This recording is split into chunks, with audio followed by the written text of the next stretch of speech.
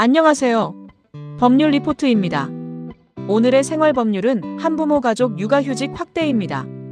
예전에는 육아휴직, 자녀 한 명당 최대 1년까지 쓸 수 있었잖아요. 그런데 이제 한부모 근로자분들은 육아휴직 기간을 추가로 사용할 수 있는 예외 규정이 생겼습니다. 와, 정말 좋은 소식이죠? 이게 다가 아니에요. 구체적으로 어떤 내용일까요? 기존에는 육아휴직 기간이 자녀 한 명당 최대 1년이었지만 개정된 법에서는 한부모 근로자에 한해 육아휴직 기간을 추가로 사용할 수 있도록 길을 열어두었습니다.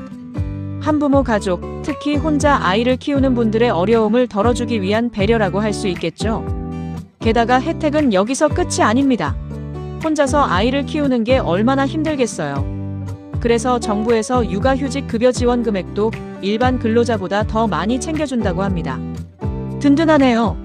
이뿐만 아니라 육아휴직 기간 동안의 급여를 계산하는 방식도 개선되어 한부모 가족들이 조금 더 안정적으로 육아에 전념할 수 있도록 지원하고 있습니다. 그리고 또 하나, 혹시 한부모 관련 행정 절차에서 실수로 의무를 조금 어겼다. 그래도 너무 걱정 마세요.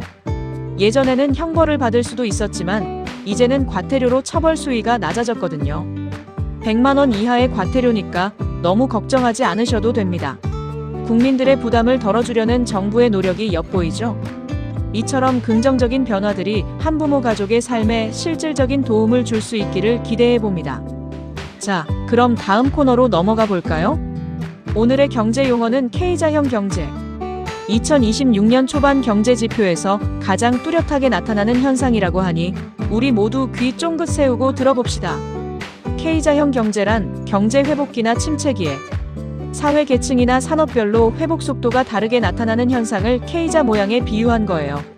마치 알파벳 K처럼 말이죠.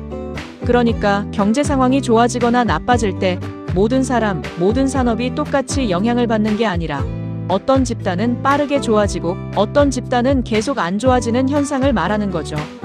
K의 윗부분은요, 부유층이나 기술 기반 기업처럼 자산 가치가 쑥쑥 올라가는 경우를 뜻해요. 마치 로켓처럼 말이죠. 주식 시장이 활황이거나 부동산 가격이 오르는 경우를 생각하시면 됩니다. 새로운 기술을 개발하거나 혁신적인 아이템으로 성공하는 기업들도 여기에 해당되겠죠. 이런 기업들은 경제 회복의 혜택을 먼저 그리고 더 크게 누릴 수 있습니다. 반면에 K의 아랫부분은 저소득층이나 대면 서비스업, 종사자들처럼 경제 상황이 계속 안 좋아지는 경우를 말합니다. 저금리 시대에 예금 금리가 낮아지면 돈을 모으기가 더 어려워지잖아요. 게다가 코로나19 팬데믹처럼 예상치 못한 상황이 발생하면 서비스업 종사자들은 일자리를 잃거나 소득이 줄어드는 등 더욱 힘든 상황에 놓이게 됩니다. 안타깝죠? 왜 이런 현상이 나타날까요? 정부가 돈을 풀어서 경기를 부양하려고 해도 그 혜택이 모든 사람에게 골고루 돌아가지 않을 때 이런 일이 발생한다고 합니다. 금리 인상이나 유동성 공급 정책 등 다양한 경제 정책들이 시행될 때 그 효과가 모든 계층에 동일하게 미치지 않을 수 있다는 점을 기억해야 합니다.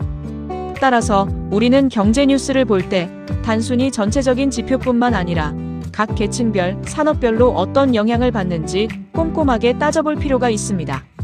금리 정책 변화 시기에는 특히 K자형 경제 현상에 주목해야 합니다. 금리가 오르면 돈을 빌리는 비용이 비싸지기 때문에 취약계층이나 중소기업은 더 큰 어려움을 겪을 수 있습니다.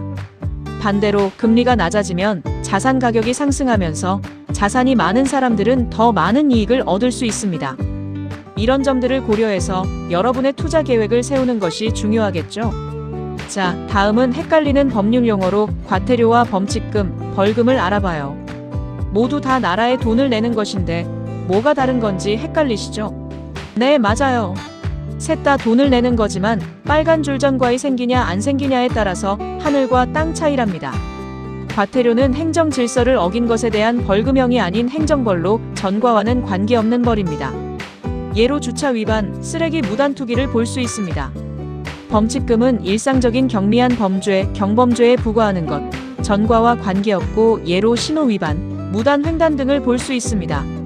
벌금은 형사처벌의 일종으로 재판을 통해 확정되며 전과로 기록됩니다. 예로 음주운전, 폭행, 사기 등을 볼 수 있습니다. 여기서 중요한 주의사항. 범칙금을 제때 내지 않으면 어떻게 될까요? 네, 맞아요. 즉결 심판으로 넘어가서 벌금형을 받을 수 있습니다. 그러니 범칙금은 꼭 잊지 말고 내야 합니다. 주차 딱지나 과속 딱지도 꼼꼼하게 챙기셔야겠죠? 자, 이제 마지막 코너. 최신 대법원 판결을 알아볼 시간입니다. 이번 판결은 어떤 내용을 담고 있을까요? 최신 대법원 판결로 공범의 증인 적격과 모해 위증죄입니다. 엊그제 3월 19일 대법원에서 아주 중요한 판결이 나왔습니다. 바로 공범 관계에 있는 피고인들의 증인 자격에 대한 내용인데요. 사건의 개요부터 살펴볼까요? 이 판결은 재판의 공정성과 진실, 규명을 위한 중요한 이정표가 될 것으로 보입니다. A와 B가 공범으로 기소되어 재판을 받았습니다. 그런데 재판 과정에서 변론이 분리되었고 A가 B의 재판에 증인으로 출석하게 되었죠. 여기서 A가 B를 모함하려고 거짓 증언을 했습니다. 이런 경우 A는 어떤 처벌을 받게 될까요? 이 사건은 공범 관계에 있는 피고인이 다른 피고인의 재판에서 증언할 수 있는지, 그리고 거짓 증언을 했을 경우 처벌할 수 있는지에 대한 중요한 질문을 던졌습니다. 쟁점은 이거였어요.